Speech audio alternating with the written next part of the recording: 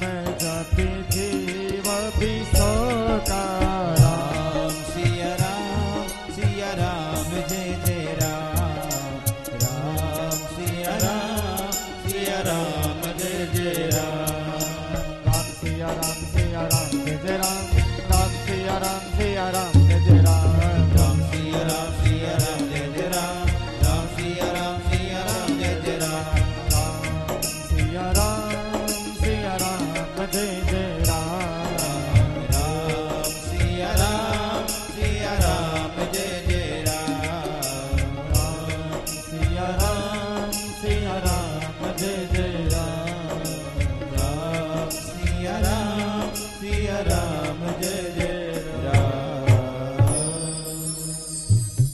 इतना कहकर के सनकादिक मुनि पृथु महाराज को ज्ञान देकर के विचरण करते चले गए। वृद्धा अवस्था आने पर पुत्र विजितासो को राज्य देकर के तपस्या करने चले गए। पहले फल और पत्ता फिर वायु का आहार करके पंचाग्नि के तप कर पृथ्वी पर शयन करते थे। इसी तरह तपस्या करके महारानी अर्ची के साथ अपने शरीर को पंच तत्व में मिला दिया।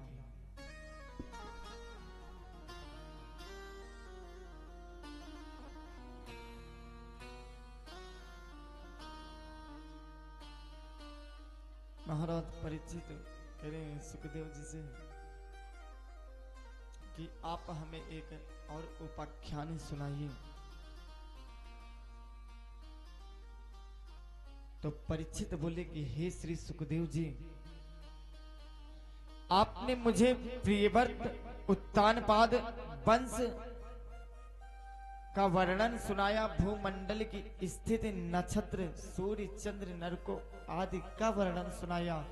कृपया आप मुझे यह बताइए कि जिससे प्राणी की अनेक यातनाओं से भरे नरकों में जाना पड़े, जो प्राणी मन, वचन और देह से किए गए पापों के लिए इस जन्म में प्रायश्चित नहीं करता, उसको मरने के उपरांत मेरे द्वारा बताए गए नरकों में अपने अपने पापों के अनुसार उसी तरह के नरक में जाना पड़ता है और यातनाएं भोगनी पड़ती हैं। तब कह रहे कि ब्रह्मचर्य, सम, दमदान, सत्य, सोच, यम और नियम, इन 9 साधनों से धार्मिक लोग अपने किए गए पापों का प्रायश्चित कर लेते हैं। कि हे राजन, जिसने एक भी बार मन भगवान में लगा दिया, उसे स्वप्न में भी यमदूत के दर्शन नहीं होते। तुम इस विषय में सुनो कि जैसे अनेक नदियां मध्य के घोड़ों को पवित्र नहीं कर सकती, उसी प्रकार भगवान से विमुख प्राणी प्रायश्चित से शुद्ध नहीं हो सकता।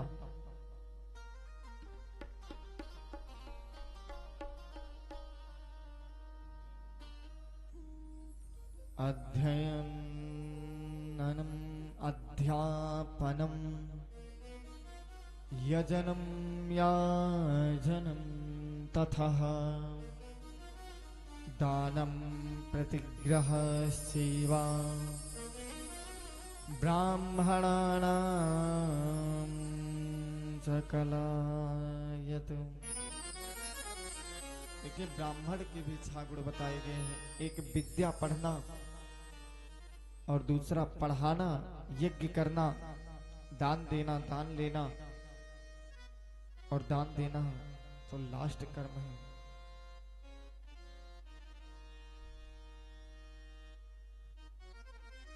कहते कि हे राजन, एक अजामिल नाम का निकुब्ज ब्राह्मण पत्नी सहित रहता था, जिसको सदाचार एक दासी से संभोग द्वारा नष्ट हो चुका था। इनका विवाह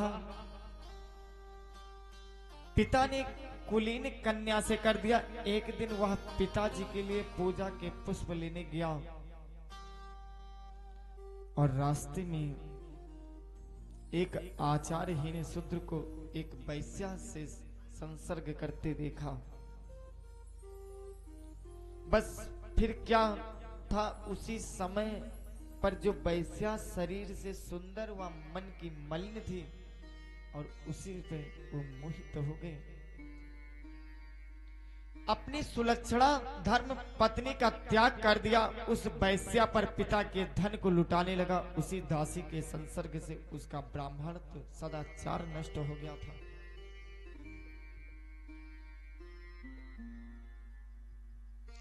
तस्य प्रवैश्या पुत्रः दशतेषां तोयो यमः बालो नारायणो नाम्नः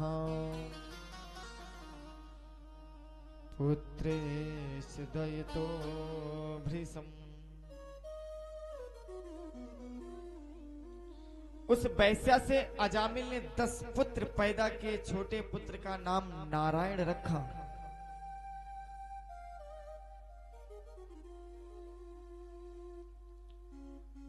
और संतों से एक दिन उसी अजामिल की बस्ती में कुछ संत पधारे। संतों ने पूछा, भाई इस बस्ती में हमें रात को रुकना है, किसी का भक्त का घर बता दो। तो लोगों ने उपहास में अजामिल का ही घर बता दिया। संतों ने अजामिल के द्वार पर आकर के बिस्तर खोल दिए और वैश्या आश्चर्य में डूब गई। फिर संतों ने भोजन करने की इच्छा की। वैश्या का हृदय प्रसन्नता से भर गया। सोचने लगे, मेरे घर संत पधारे हैं,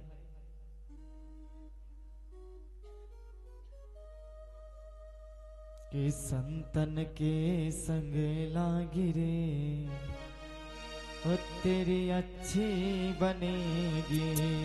संतन के संग लागिरे तेरी अच्छी बनेगी। संतन के संग लागिरे तेरी अच्छी बनेगी। संतन के संग लागिरे तेरी अच्छी बनेगी। अच्छी बनेगी तेरी किस्मत जगेगी। अच्छी बनेगी तेरी किस्मत जगेगी। अच्छी बनेगी तेरी किस्मत जगेगी। अच्छी बनेगी तेरी किस्मत जगेगी। संतन की संग लागिरे तेरी अच्छी बनेगी। श्री राधे संग लागिरे तेरी अच्छी बनेगी।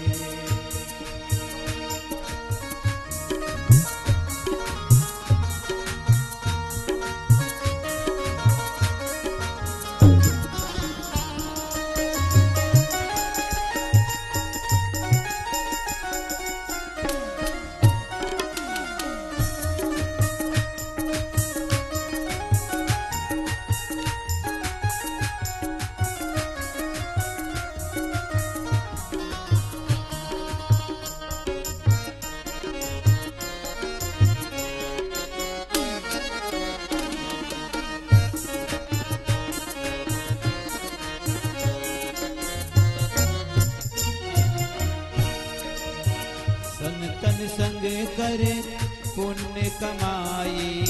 संतन के कर पुण्य कमाए। संतन संग करे पुण्य कमाई।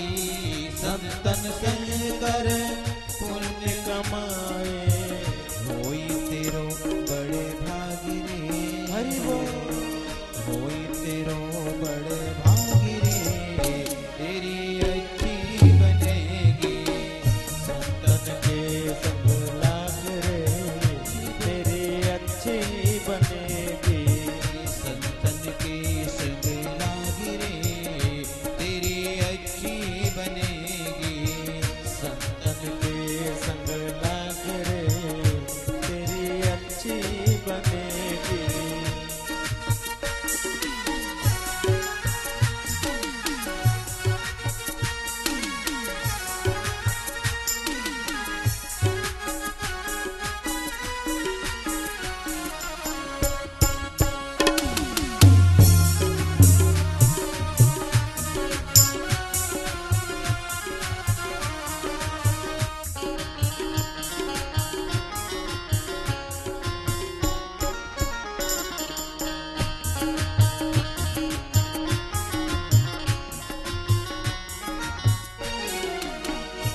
जी की बन गई प्रहलाद हूँ की बन गई, ध्रुव जी की बन गई प्रहलाद जी की बन गई, ध्रुव जी की बन गई प्रहलाद जी की बन गई, ध्रुव जी की बन गई प्रहलाद जी की बन गई।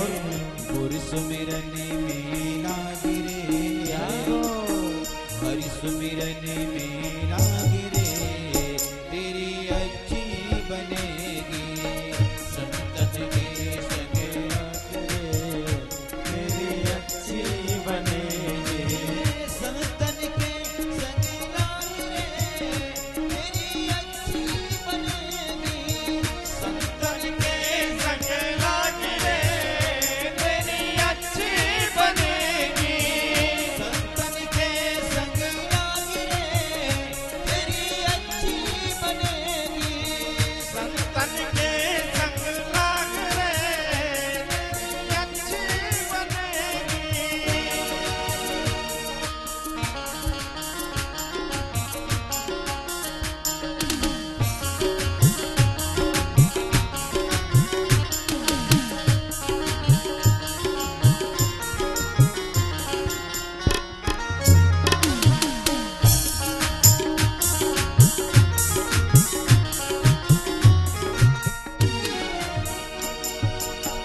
कहत कबीर सुनो भाई साधो, कहत कबीर सुनो भाई साधो, कहत कबीर सुनो भाई साधो, कहत कबीर सुनो भाई साधो, राम भजन में लागे हरि रे, बोल।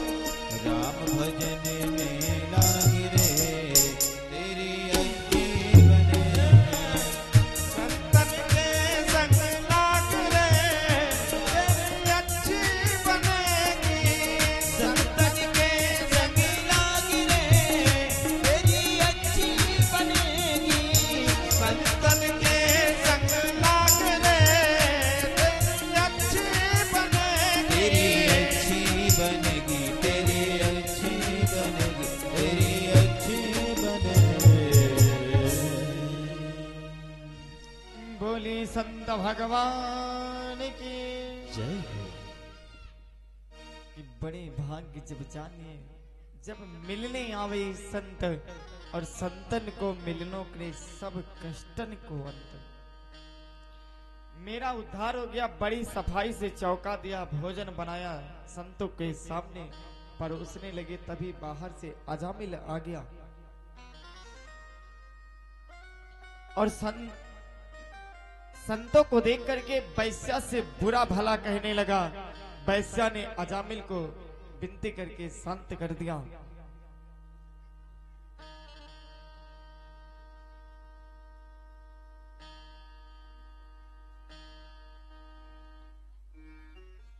एक भगत जी के घर में एक बार एक संत आए और पत्नी से भोजन बनाने को कहा, तो पत्नी ने रूखा सूखा बनाया। तभी कुछ दिन उसके बाद में भाई आ गया, और जब भाई आया तो उसके लिए खीर पूड़ी और 2 मेर का सब्जी बना करके नीचे पूड़ी ऊपर रोटी रख करके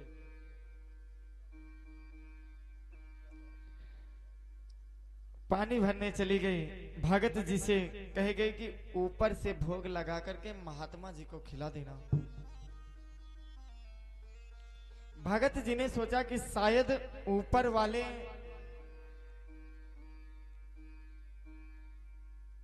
साले का खाना रखा होगा जो पत्नी का भाई था, और नीचे से भोग लगा करके संतों को खिला देना। जहां पे रूखा भोजन बना करके रखी थी वो कह रहे कि संतों को खिला देना, और जो खीर और पूड़ी और जो सब्जी बनाई थी वो कह रहे कि भाई को खिला देना। पत्नी आई और रूखी रोटी देखी, चीखने लगी, तुमने मेरी नाक कटवा दी। अब देखिए जो खीर पूड़ी बनाए थे वो चला गया संत के पास, और जो रूखा रोटी थी वो चला गया उसके भाई के पास। तब वो आकर के कहने लगे कि कि तूने मेरी नाक कटवा दी, भैया रूखी सूखी रोटी खाएगा।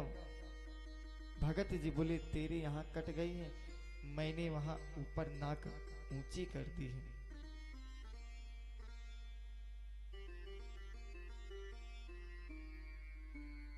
तो ऐसे ऐसे लोग हैं कि संत महात्माएं तो उनको रूखा भोजन और कहीं उनके घर का कोई आ जाए तो दसों मेर का व्यंजन बनाना शुरू कर देती हैं। संतों ने दोनों के वार्तालाप से सारा मर्म जान लिया, पर सोचने लगा कि इसका भोजन किया है, किसका कल्याण तो करना ही है। संतों ने कुछ वार्तालाप किया, उससे उस अजामिल की बुद्धि में कुछ सुधार हुआ। अजामिल ने संतों के चरण पकड़कर कोई कल्याणकारी उपाय पूछा। तब संतों ने उनसे कहा कि तेरी पत्नी के गर्भ है, जब प्रसव होने पर तो उनका नाम नारायण रखना। इसी नाम को जब तू बार बार लेगा तो तेरा कल्याण हो जाएगा। कि तुलसी अपने राम को रीझ भजो चाहे खीज, और भूमि पड़े पर जामी है, उल्टो सीधो बीज। समय आने पर उसने उस बालक का नाम नारायण रख लिया। अब तो इन कैन कारणों से बार बार नारायण नाम लेने से उसके पाप कटने लगे हैं। भाई को भाई अनख आलसु, नाम जपत मंगल दिस दसहु। अंत समय पर उसे यमराज के दूत हाथ में पास लेकर के दिखाई दिए। तब घबरा करके नारायण उच्चारण होते ही विष्णु भगवान के पार्षद आगे कहने लगे कि देखो यह जीव मरते समय बार बार नारायण बोल रहा है। जन्म जन्म मुनि जतन कराही, अंत राम कहीं आवत नाही। विष्णु पार्षद यमदूतों से कहने लगे कि तुम यहां से चले जाओ, यहां तो भगवान का भक्त है और अंत समय में भगवान का नाम ले रहा है। यमदूत कहने लगे कि इस पापी ने जीवन में कोई भी धर्म का काम नहीं किया, पतिव्रता को छोड़ दिया, वैश्यागामी माता पिता को कर्ज देने वाला, उनके धन को पाप कर्मों में वैश्या के ऊपर लुटा दिया।